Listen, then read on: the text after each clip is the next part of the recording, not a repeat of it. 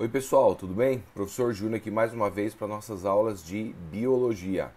Hoje a gente vai estar continuando o tema da aula anterior, que é sobre os vírus. Então, se você não assistiu a introdução ali que falava sobre os vírus e os ciclos reprodutivos, volta lá para poder assistir e depois segue nessa aula aqui, tá bom? Bom, na última aula nós terminamos a aula falando com respeito ao ciclo reprodutivo dos vírus, né? Então nós vimos ali que tem dois ciclos reprodutivos, o ciclo lítico e o ciclo lisogênico. Vimos a diferença entre eles, que ele já entra, que é o da esquerda aqui de vocês, que é o ciclo lítico. Ele já entra, ele já tem a sua reprodução, ele já paralisa a célula, ele já utiliza a célula como parasita intracelular obrigatório e vai tendo as suas produções de proteína até produzir toda a anatomia ali do vírus.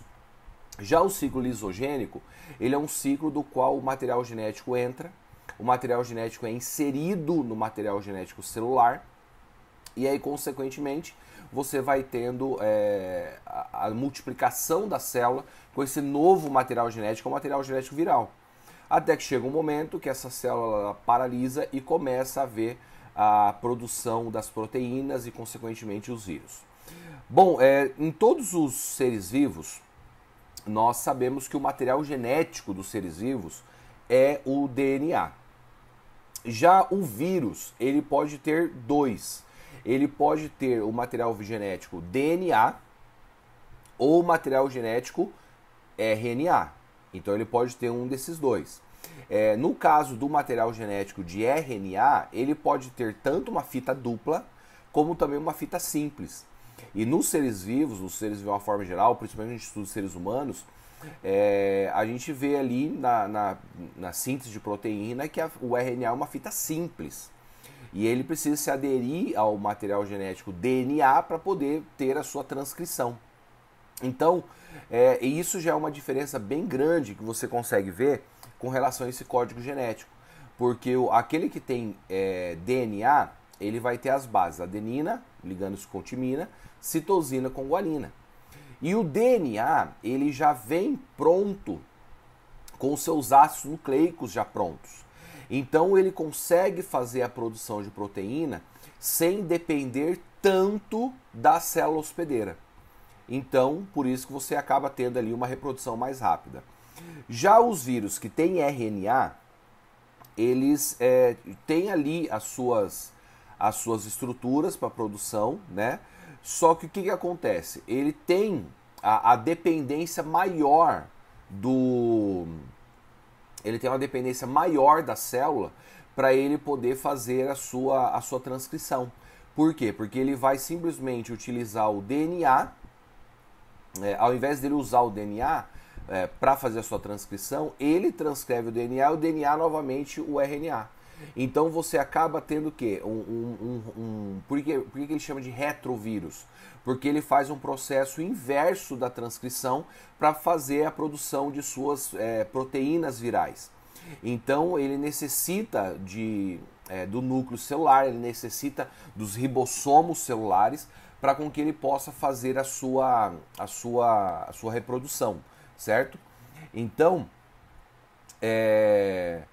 eles produzem as suas próprias enzimas de duplicação. Então essa é uma diferença que a gente tem em relação ao DNA, mas ele acaba se tornando mais dependente. O retrovírus mais conhecido que a gente tem seria, obviamente, o HIV, que a gente até comentou na aula anterior. Aqui nós temos três padrões ou três tipos de vírus diferentes, né? O adenovírus, que é esse que acabei de dizer, que é aquele que tem o material genético de DNA. Então, até coloquei aqui no quadrinho, ó, são associados a infecções respiratórias, intestinais, oculares, entre outras tantas que existem. Já o arbovírus são aqueles vírus que são transmitidos pelos artrópodes, pelos mosquitos, por exemplo, tá? Então, assim, esse arbovírus, ele não é necessariamente uma classificação para todas as transmissões, mas é ele que faz aqui essa transmissão. Então, são os insetos que são os vetores, então a gente chama de arbovírus. E o retrovírus, que é esse que tem RNA. né? Então ele pode até mesmo, alguns deles pode provocar cânceres, né? Por meio de oncogênesis que acabam tendo ali no seu material genético, mas ele é o causador, por exemplo, do HIV, que seria a AIDS.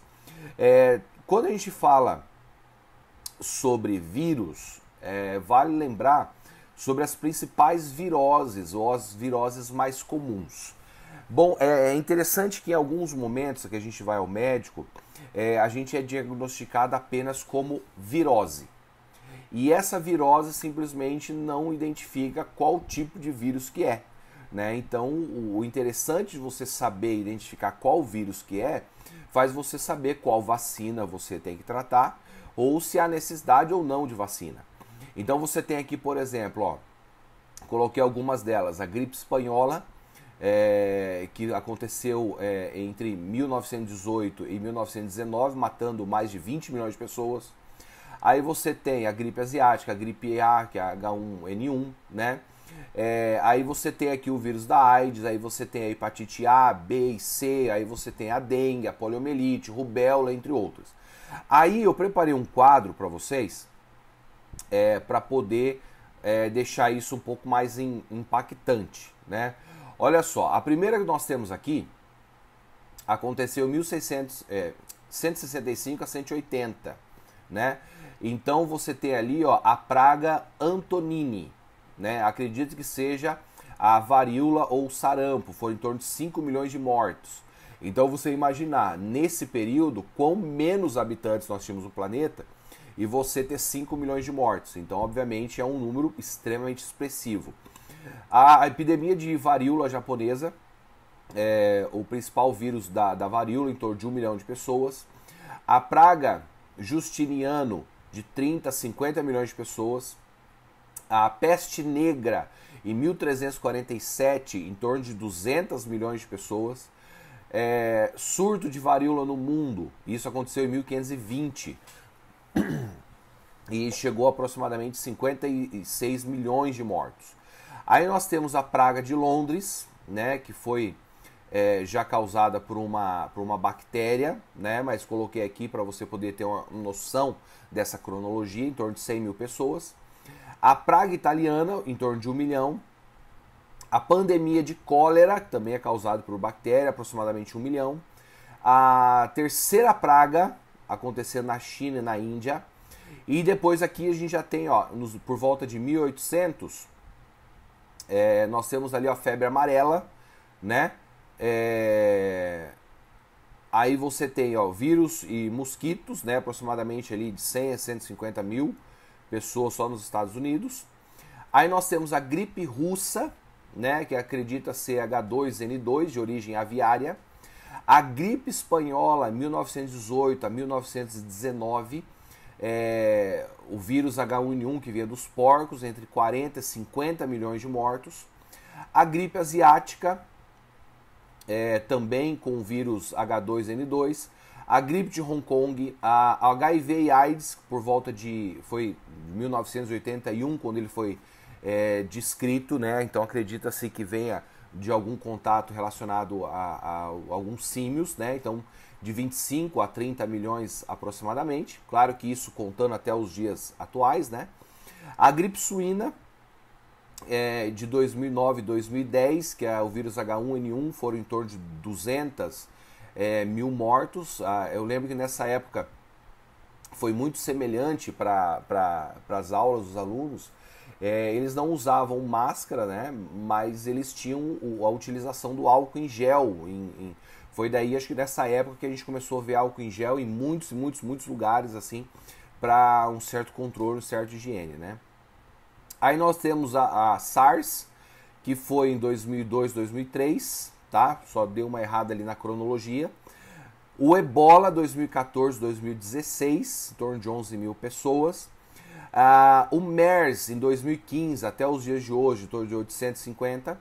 E hoje nós temos aqui o Covid-19, foi em 2019, em julho de 2019, até os dias atuais, né? Então, até a data de 11 de agosto, tá bom? Que quando eu preparei essa aula, nós tínhamos ali 730 mil mortos, né? Hoje em dia a gente já passou muito mais desse período, tá?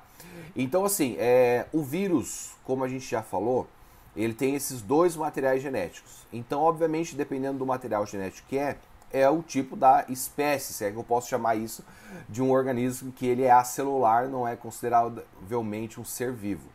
Mas, dependendo dele, todos eles há uma medida de cuidado e há medidas de transmissões diferentes. Creio que com essa pandemia que nós estamos tendo no ano de 2020, a gente aprendeu muita coisa, principalmente a questão de você cuidar com o contágio. Então, infelizmente, nesse momento que eu estou gravando a aula, a gente está passando por uma segunda onda de contaminação. Então, nós tivemos uma onda bem grande, contaminou muita gente, matou muita gente, e depois foi diminuindo as mortes e contaminações diárias. E nessa época que a gente está agora, ela está voltando já a ter uma segunda onda. Então, talvez muitas pessoas que não acreditaram ou não tomaram o cuidado devido para com esse vírus, eles acabaram recebendo uma contaminação e o número de mortes tem aumentado. Isso é muito comum entre uma pandemia. A tendência é de você procurar todas as medidas sanitárias e restritivas possíveis para fazer com que esse número de contaminados e números de mortos acabe diminuindo. E obviamente com a espera de uma vacina, a hora que você tiver a entrada da vacina no mercado e a vacinação das pessoas, a imunização das pessoas, obviamente tende a diminuir esse número de mortes e contaminados por dia drasticamente. E é o que a gente fica aí na torcida com que aconteça. Porque, como a gente já disse em outras aulas, antibiótico é para bactéria. Vírus a gente precisa de uma vacina para poder imunizar a galera, beleza? Pessoal, grande abraço para vocês, fiquem com Deus e se cuidem. Tchau, tchau!